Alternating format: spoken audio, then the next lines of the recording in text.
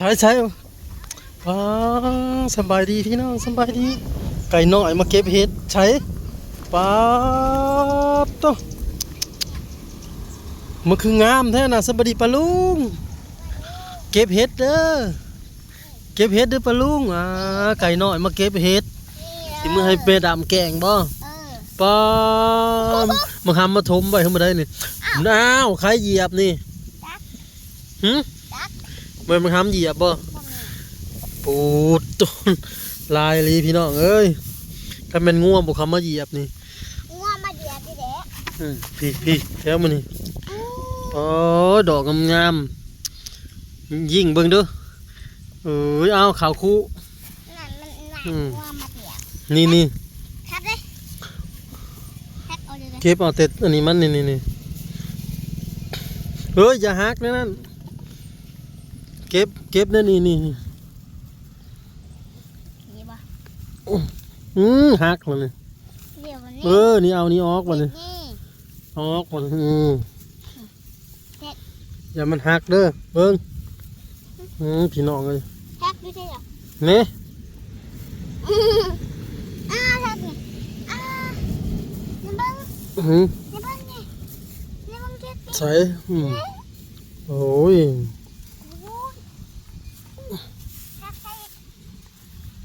พี่น้องแม่นมืดเลยนี่มันกำลังออกเลย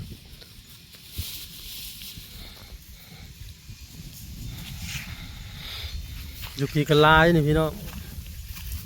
จีมอยู่จะเฮ็ดเลยนี่ว่าพี่น้องเต็มมืดเลยนี่โอ้ปองลายลีรอทุ่มไว้มาเก็บท่านโดดเลยเก็บเลยบังคับน่ะนี่เก็บเอาอย่าเหยียบเลยเด้อเก็บปลาเมิดปลาอันนั้นน่ะเก็บ2 มือเก็บเขาตัวนั้นไว้เอาไปแกงกินแรงเก็บเอาเก็บไป2 มือ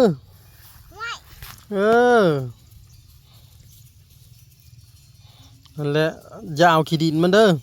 บิดออกขี้ดินนั่นแหละโอ้เก่งแต่ว่าลูกไปนี่มันโตเลยบ่ชันจะมาใกล้ได้ชันเด้อประคำเฮ็ดอยู่นี่ทีเพชรเอาใส่โอ้จะทีมแห้งแล้วมันสิแตกเบิดพอแกงหมดแล้วนี่เก็บพี่น้องเลยนี่เลยนี่เฮ็ด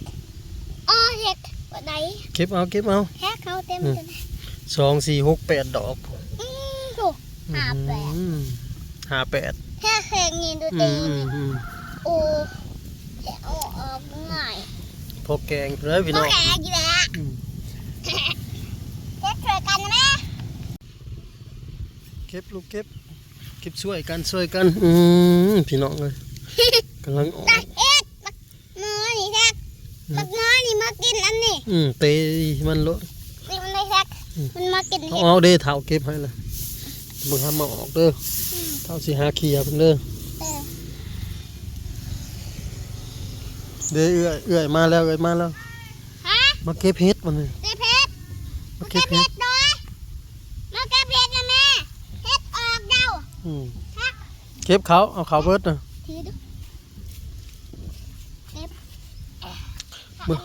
เมื่อแม่ดำแกงบ่ป่ะมันบางกินอย่าเห็ดกับมันดิไก่เฮานี่นะวันศิลได้มึงวันศิลเนี่ยศิลเพ่ง15 ค่ำอีก15 มื้อก็ห่อเขาประดับดินปล่อยง่วงมากินก่อนพี่น้องปักนี่ดักน้องแขกนี่มันจะลงกระโตนนั่นแหละหน่อไม้เลี้ยงน้องพี่น้องเลาะหัวไว้ออกหน่อปักลายหนึ่งอ้อมงัวกัดงัวมันกินหน่อไม้ครับ ไก่เข้าไปเคลียร์แล้วมันบ่ออกเขาอ้อมไว้เริ่มแตกเลยนี่เห็นบ่ ที่แรกขึ้นมานิดหน่อยนะ เมื่อหลายอันเติบ ไปได้ขึ้นทุ่งดีกว่า ไก่น้อยมายัง มาแดด เลี้ยงงัวซอยบ่เลี้ยงงัวซอยแท็กบ่อืมคือเก่งแท้ ไม่เอาตัว ตกเด้อตกเด้อตูแหละตูสำได้เด้อนี่ ดีแหละ หืมจำบ่บักซัน นี่ จำบักซันบ่อืมตูสำบักซันหรือบ่ไผน่ะรถใหญ่ไผบ่เท่าฮิปไก่น้อยมาลินน้ำเก็บเห็ดเลี้ยงงัวซอยว่าซั่น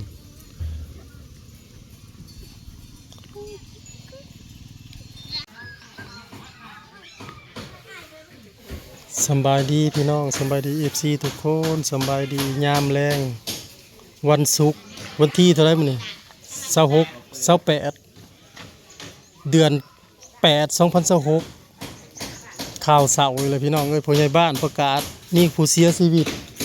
อยู่บ้านเฮา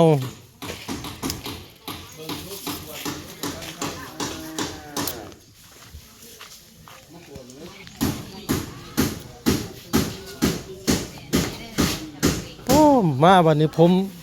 ผมขาวเลยเนาะตั้งย่อมบ่ บ่ได้ยอมได้ ฮะ ผมแต่เกิดได้นี่นะสบายดีเด้อ บ่ยเพิ่นก็สิฮู้จักแต่ว่า อันนี้ห่อหมากห่อมีหยังเด้อพี่น้อง หมักแต่งเครื่องร้อย แต่งเครื่องร้อยคันมีผู้เสียน่ะ มีก็ช่วยดีบัด ยังเงินคือไว้ว่าแต่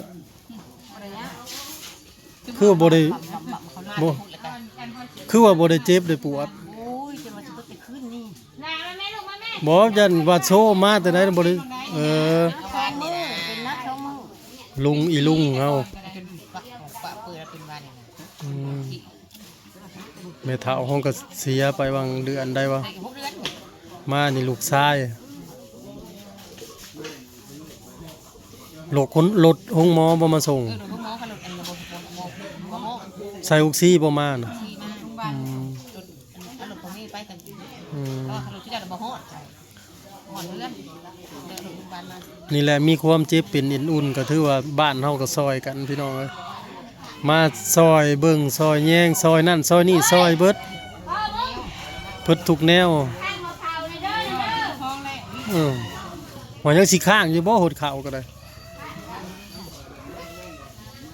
เขาเจ้าห้องก็ใส่ยาเด้อพี่น้อง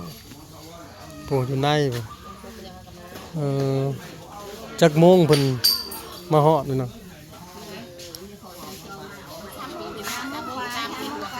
เสียกับ3เสียกับ3ต้องใช้3นี่ก็มุกัน3กับเราเสียกับจะ ลุงโป้เด้อพี่น้องรักบ่ได้เฒ่าไปได้ดอกบ่ทันมีเมียซ้ำมีบ่ จะได้ลูกแล้วจนใหญ่ 53 ปี จะหากับเบิ่ง ไผบ้านใดลูกเรา ของเมื่อนี่ บ้านใดลูกเรา เป็นทีเลยมันดงกันดีมัน อ้าวฮะ ลูกแล้วมาหอดแล้วใจขาด อันนี้ได้แล้วมีลูกใหญ่เป็นแล้วบ่ โอ้ยได้ลา เออ ลูกไม่อ่านเด้อ่ะมันหินกันน่ะ เฮาบ่ฮู้แล้ว เด้ลูกตาบัดซูมนี่ลูกหนึ่งเตื่อยเด้ลูกก็เตื่อยกับเม็ด เอ เนี่ย นั่นบ่ นี่เราชมคุณได้ อืม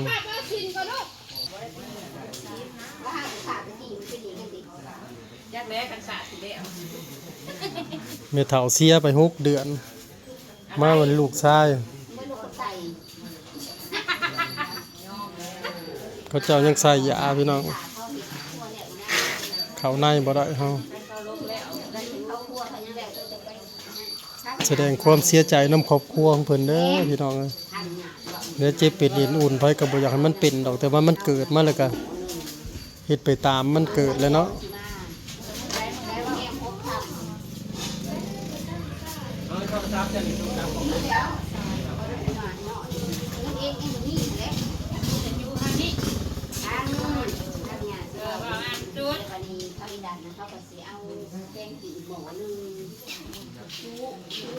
เขาซองมี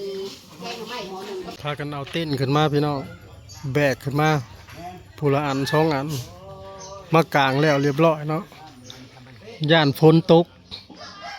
แล้วก็เอาเต้นวัดเต้นบ้านเฮาเอง2 ด่างยังโตวันนี้ลงไปคนโตคนกับบ่ทันได้หลายดอกยามเวียกยามงานนะ